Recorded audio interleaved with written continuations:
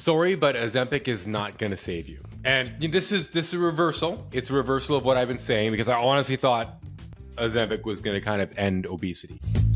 Bringing you a reasoned approach to health and fitness. This is the Phi Life Podcast.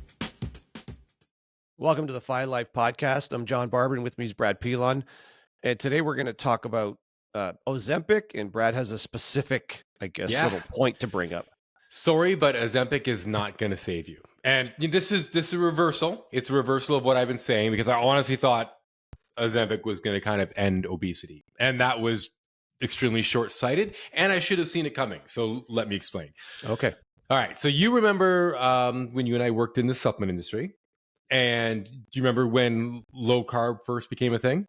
Mm-hmm. Right? And then what did we do? It took us 3-4 months and we had low-carb protein bars.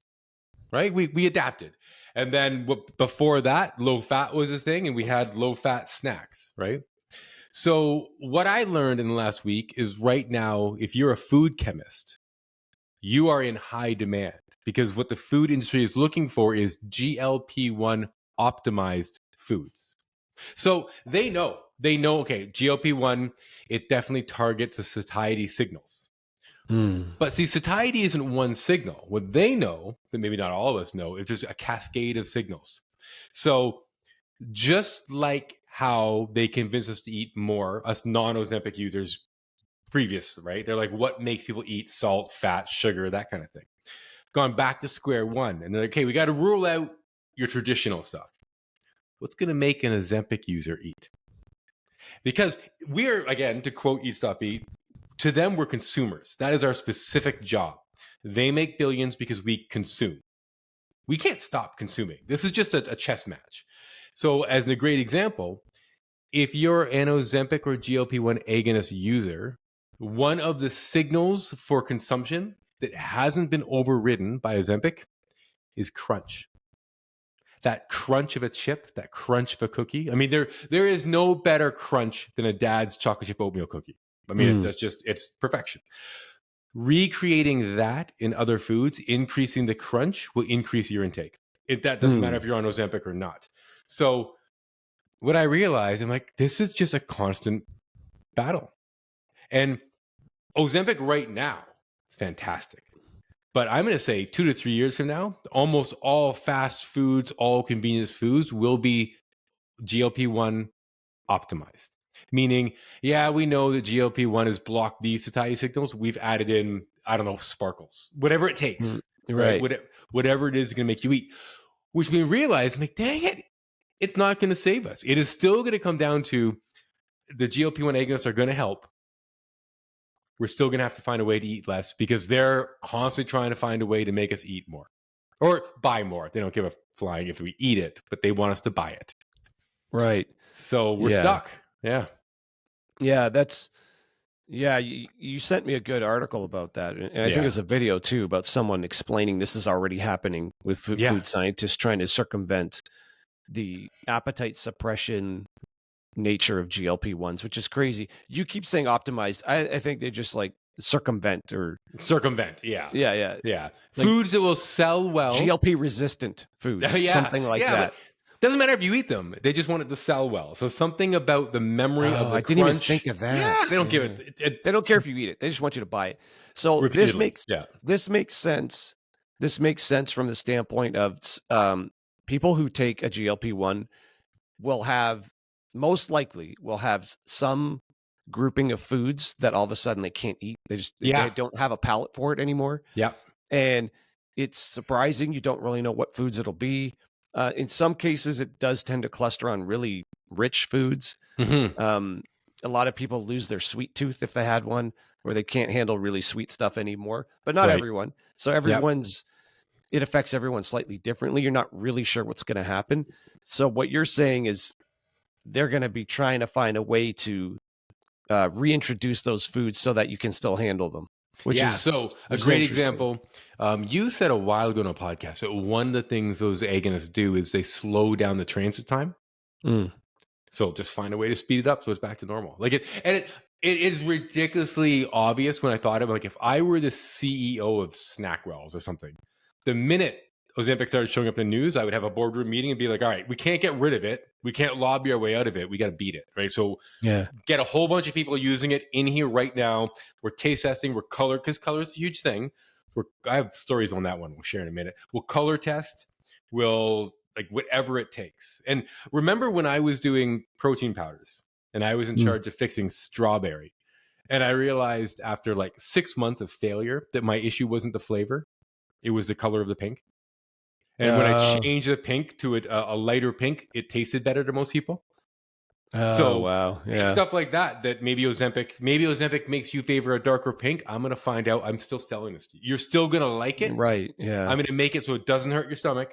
I'm going to figure that part out and I'm going to sell it. So if you're thinking of it, I would get on Ozempic or the agonist sooner rather than 3 to 4 years down the line, because I think that the foods are going to just dramatically change. But then the scary part is, what if you're a non-Ozempic user and these foods become whatever the level beyond hyperpalatable is? Like, if it's just a stepping up game, you might be not Ozempic and so behind the curve now that you gain rapidly. We have no idea what this is inadvertently going to do to the food system.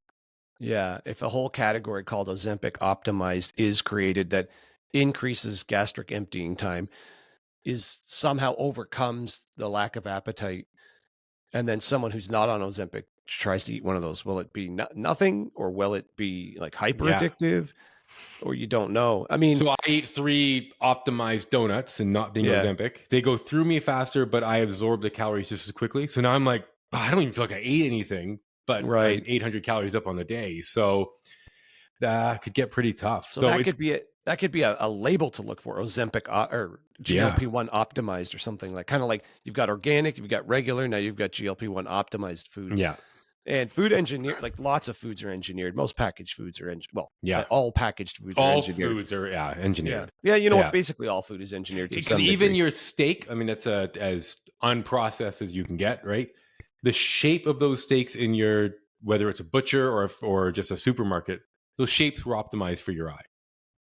Oh, right? And those are injected with dye, so they look red. Oh, yeah. So they look perfect, etc. So all of that. So it's just going to be, and then I can just imagine, right? The food companies are going to win a bit, and the farmer companies are going to be like, well, sure, sales are down a bit because stuff's not working. They're going to up their game. It's going to constantly go on this stepwise process. But end of day, as much as it pains me to say it, you're still going to have to figure out how to eat to lose weight and maintain that weight loss. And I honestly thought our industry was kind of dead, right, with Ozempic, but now I'm like, it's just going to wave.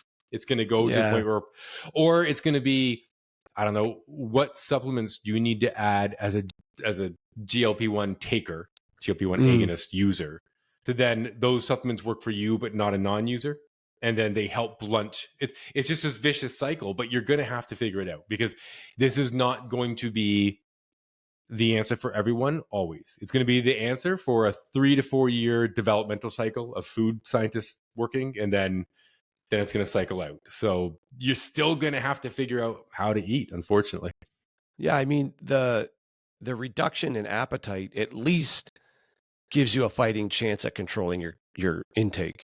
Yes. So I think that's still going to be there. Yeah. But if you, I guess to your point, if you sort of don't realize there might be a new category of food that becomes easier to eat more of while you're on a GLP-1 receptor agonist, you may start noticing the weight loss or the effectiveness is waning, or you can actually gain a little bit. And you're like, what happened? You're like, oh, I just started eating these things that say they were GLP-1 approved. And what really turned out to be is something that is engineered that I can eat more of it while on a GLP-1 without feeling gross. Like, do you remember we had a friend who was on, again, I don't know if everybody remember, Atkins was like one of the original low carb diets.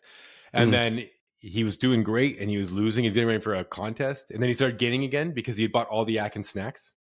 And he's eating like 8 bars a day. And we were like, I don't think you should be doing that. And he's like, yeah, 'cause it really hurts my stomach, but I'm also not losing weight. And we're like, yeah, they'll find a way around it. So what I see happening, if I could look in the future, is not foods that are overcoming the satiety part, but really driving the cravings side. So the color, the crunch, the crinkle, the whatever it is that gets you, that's going to be driven up as high as possible. Just turn to 11, basically. More like once you start eating, you can keep eating. Yeah, yeah. Versus the GLP-1 effect of reducing your appetite to want to initiate eating in the first place. Right.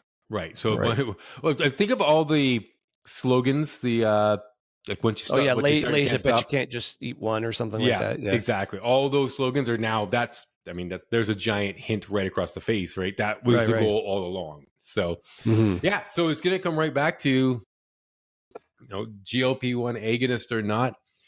You're going to want to figure out, hey, is fasting once or twice a week a fit for me? Is small meals throughout the day? You're still going to have to get involved in the control of your day-to-day eating. And I honestly thought that was going to be taken completely out of your hands. But it could be as simple as just being aware. If this is true and what you're saying is going to come to pass, which probably is, don't buy those products. Like, just keep eating normal food and don't buy the product that is being promoted to be optimized for GLP-1, because it's probably meant to really just circumvent it. So just stay away from the foods that are that they're being marketed for this. I didn't look it up. And one day we'll have a guy behind the screens or girl doing all the math for us. But I bet you if you look back at the sales data of Snackwell cookies, which were one of the first low-fat cookies they're really good. I bet you they just skyrocketed, right? I just think that as much as people know they shouldn't, they still are going to view those ones as kind of a safer option, even though they're designed for you to consume them so they can have profit, right? So it's going to be interesting. But that realization made me think, oh yeah, this is not the weight loss nutrition industry. The advice, the books, etc., is not dead, because you're still going to have to find something that works for you, whether or not you're on and GLP-1 agonist or not. Now, I think that right now is probably better than 2 years from now, right? But it's only going to get worse. But they're still going to have to do it. Yeah, they've just realized it's time to put some effort into this and resources, right? Now that GLP-1 receptor agonists are here to stay, plus there'll be multiple new generations of them. It makes food companies realize, okay, if they're not going anywhere, a larger and larger portion of people are going to be using them. We got to start offering products for them. Yes. And another great way to think about why I said a 4-year cycle is because right now, if you're a food chemist going into your PhD program, this is what people are asking for. So in 4 years' time, you're done your PhD, your dissertation's over, your work is now driving this new class of food. So I figure it's this sort of the people who are just getting involved now are the ones going to be just driving the industry in 4 or 5 years. So and if you're a food chemist thinking, what am I going to do my PhD on? I'm going to make money doing this. I'm going to I'm going to collapse Ozempic. Exactly. Or at least force them to come out with Ozempic 2.0, right? And then they'll force your little brother or sister to do their science on how to beat that one. So now the race is on. It's just going to be cat and mouse from here on out. Yeah. So that was just more of a brain thing happening, and just me reminding everyone, you're still going to have to probably do some sort of self-control, self-discipline when it comes to your eating. So just be prepared and watch for the foods. So if they come out, you'll be like, Brad John told me this was going to happen. Yep. Oh yeah. I think you're spot on. All right. Well, I mean, that's just a prediction of the future, but I bet you you're update. Right. Yeah. All right. Peace out, everybody. Well, that's a good place to leave it. So for Brad Pilon, I'm John Barban, and that's your Phi Life Podcast.